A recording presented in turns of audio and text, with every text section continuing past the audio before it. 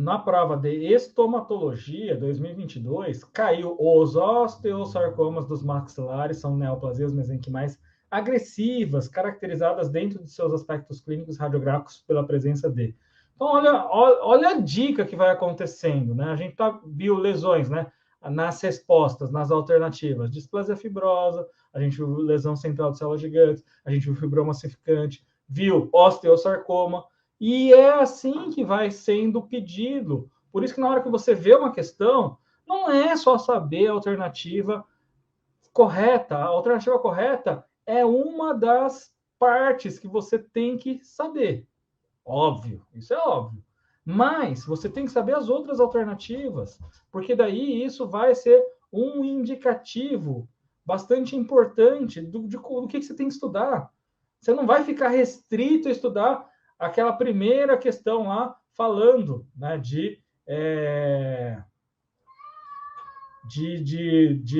fibroma ossificante. Por quê? Senão você vai acabar aproveitando pouco do que a questão está te dando como dica, como possível outro assunto, como o que você vai direcionar. Então, isso é muito importante que você faça, né, nos seus estudos dirigidos. E se você está estudando para a banca FGV, é assim, para a VUNESP, é assim, para Indepac, é desse jeito, qualquer concurso você vai prestar dessa forma, tá? Então, é um detalhe bastante importante.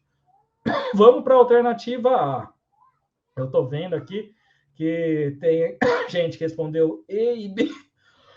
Vamos lá para a alternativa A primeiro.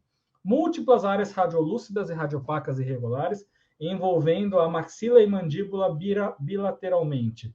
A pessoa teria que ser muito azarada para ter, né, um osteosarcoma em múltiplas áreas. Então, na verdade, quando a gente pensa em osteosarcoma, normalmente é uma lesão única. Então, por isso, a gente elimina, porque pode até ter um caso, ou um raro caso, mas o osteosarcoma geralmente é uma lesão única. Dificilmente a pessoa vai ter lesões bilaterais, né? A pessoa teria que ser, tadinha, muito azarada. Primeiro que já é muito complicado, né?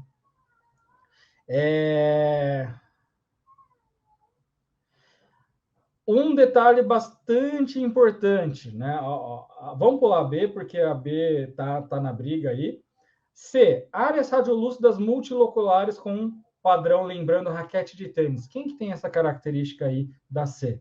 Na verdade, áreas radiolúcidas multiloculares em padrão lembrando raquete de tênis. Alguém lembra qual é a lesão que tem esse padrão? E é muito importante que você saiba isso, porque pode ser um indício de uma questão, né? Justamente, o Alfredo matou a pau aqui, mixoma, tá? Então, na alternativa C, o Alfredo, a Bárbara, Sérgio, vocês estão bem espertos, bem direcionados. Isso é muito importante, tá? Então, ó, áreas radiolúcidas multiloculares em padrão, lembrando raquete de tênis. Não é só o que eles falam, raquete de tênis, mas eles podem falar, por exemplo, também degrau de escada ou teia de aranha. São essas nomenclaturas que pode ser utilizado para denominar um aspecto que é muito característico do mixoma, como o Alfredo, a Bárbara, o Sérgio, a Dailma e o Thiago falaram. Tá? Então, isso você tem que saber, porque se falar isso, é mixoma, gente. Já mata. E isso é um detalhe bastante importante, porque o mixoma tem essa característica diferente, por exemplo, do ameloblastoma e da lesão central de células gigantes, que não tem esse padrão raquete de tênis. O padrão do ameloblastoma, lesão central de células gigantes, qual que é? É bolhas de sabão, favos de mel, e não esse degrau de escada ou raquete de tênis. D, aumento de volume assintomático e flutuante. Flutuante, o que é um indicativo de flutuante? Tem conteúdo líquido. Osteosarcoma não tem, costuma ter conteúdo líquido. O que costuma ter conteúdo líquido? Por exemplo, abscesso, né? Então, o abscesso, por exemplo, teria esse conteúdo líquido que daria essa característica de flutuante, né? E normalmente, né, um osteosarcoma não vai ter essa questão de longa evolução. Por quê? No próprio enunciado já está falando osteosarcoma dos maxilares são neoplasias mesenquimais agressivas. Se é agressivo, gente, não tem essa característica de ser longa duração. Normalmente é rápida a evolução. E se é agressivo, também dificilmente vai ter características de mucosa clinicamente normal. Ele pode alterar a mucosa. E isso vai ser uma característica muito importante em relação ao o que vai diferenciar, ao que você vai eliminar essa alternativa. E espículas radiolúcidas associadas à reação periosteal em padrão descrito como raios de sol. Aqui, gente, eu entendo por que vocês colocaram essa alternativa. Por quê? Eu induzi vocês a responderem, né, que o raio de sol é do osteosarcoma. E eu induzi mesmo, propositalmente, porque eu sabia que tinha essa questão. Mas vocês têm que guardar aí no seu HD cerebral isso, tá?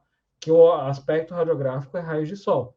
Só que leiam com cuidado, porque espículas não é radiolúcido. Espícula, o que é? Um pedaço de osso. Um pedaço de osso é radiolúcido. Não é, é radiopaco. Então, essa palavra radiolúcida está colocada aí de maneira proposital e ferrou muita gente aí. Então, leiam com cuidado, porque o que está errado aí é espículas radiolúcidas. Então, se colocasse espículas radiopacas, estaria certo. Tá? Então, essa é uma questão, a alternativa E, é uma pegadinha grande, né? Que você que respondeu a E, eu induzi você a responder a E, porque na questão passada eu falei justamente que dentro dos padrões radiográficos do osteosarcoma era raio de sol. E aí a gente pulou a B, e a B é a alternativa correta, só que não é aquilo que a gente falou, né? Não ficou batendo na tecla. Mas aqui, ó, alargamento irregular. Gente, essa característica é a mesma característica de uma pericementite ou de um abscesso. Radiograficamente, não se iludam que dá para diferenciar aí, tá? Não dá para diferenciar um osteosarcoma com... Por quê? Primeiro, esse alargamento é algo muito sutil. E qual que é a lesão mais frequente para você pensar? Osteosarcoma ou um abscesso? Sempre você vai pensar numa lesão mais frequente, num diagnóstico diferencial.